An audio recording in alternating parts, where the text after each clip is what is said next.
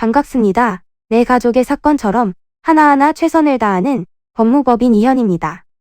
누구나 법적 문제가 생기면 심적으로나 경제적으로 큰 부담을 갖게 됩니다. 혼자서 해결해 보려 하겠지만 만족스러운 결과를 이끌어내기가 쉽지 않죠. 여러분의 정신적인 고통, 금전적인 어려움을 이해하며 이현의 법률 상담 시스템을 통해 도움을 드리고 있습니다. 의뢰인의 문제는 하나의 사건이 아니라 한 사람의 삶이라는 마음으로 면밀하게 분석하여 해결의 실마리를 찾아드리겠습니다. 자, 그럼 오늘의 주제인 미성년자 무면허 운전에 대하여 함께 알아볼까요? 최근 들어 10대 무면허 운전자의 사고가 급증하고 있는데요. 운전면허가 있는 사람이 차를 빌린 후 미성년자에게 다시 빌려주는 불법 대여가 공공연하게 발생하고 있습니다. 단순히 사고만 나도 무면허라는 조건 때문에 처벌을 피할 수 없는데 상해나 사상까지 이를 경우에는 문제가 더 커지게 됩니다. 무면허 운전의 처벌은 1년 이하의 징역이나 300만 원 이하의 벌금에 처할 수 있는데요.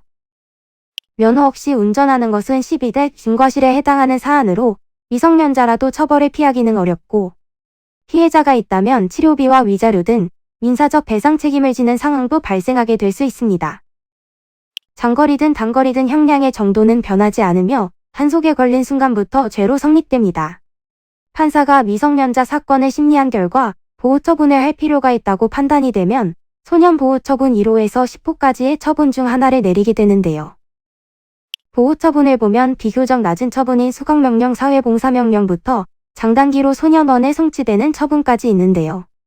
보호처분 결정이 내려지면 곧바로 집행에 들어가고 보호처분을 받은 미성년자는 같은 사건에 대해 다시 공소를 제기하거나 소년부에 송치할 수 없습니다. 미성년자는 형법상 만 14세 미만에 해당하는 자에 대해서 형사처분을 내릴 수 없지만 14세 이상 만 19세 미만에 속하는 미성년자들은 성인과 동일하게 형사처분을 받을 수 있습니다. 만약 본죄로 실형을 받는 일이 생긴다면 소년교도소에 가게 되고 전과 기록이 남습니다. 무거운 처분이 내려지는 것을 막기 위해서는 수사 초기 단계부터 대응을 잘해야 하는데요.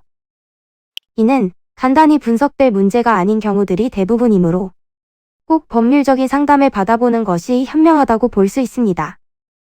그리고 가능한 한 긴 싸움이 되지 않도록 최대한 빠르게 조치를 취하는 것이 좋습니다. 미루면 미룰수록 사건에 대한 난이도가 높아질 수도 있기 때문이지요. 가벼운 병도 방치를 하면 상당히 무거운 병이 되듯이 이 또한 역시 사전에 바로잡으셔야만 간단한 조치로도 해결할 수 있는 가능성이 높아지는 것입니다. 여러분이 골머리를 앓고 계신 그 사안, 저희 법무법인 이현에게 알려주세요. 이현의 법률 상담 시스템을 통해 든든한 지원군이 되어드리겠습니다. 간혹 변호사가 아닌 사무장 등과 상담하는 줄로 오해하시는 분들이 계시는데 이는 전혀 아니며 저희 법무법인 이현은 변호사와 1대1로 상담이 이루어진다는 점을 다시 한번 꼭 알려드립니다.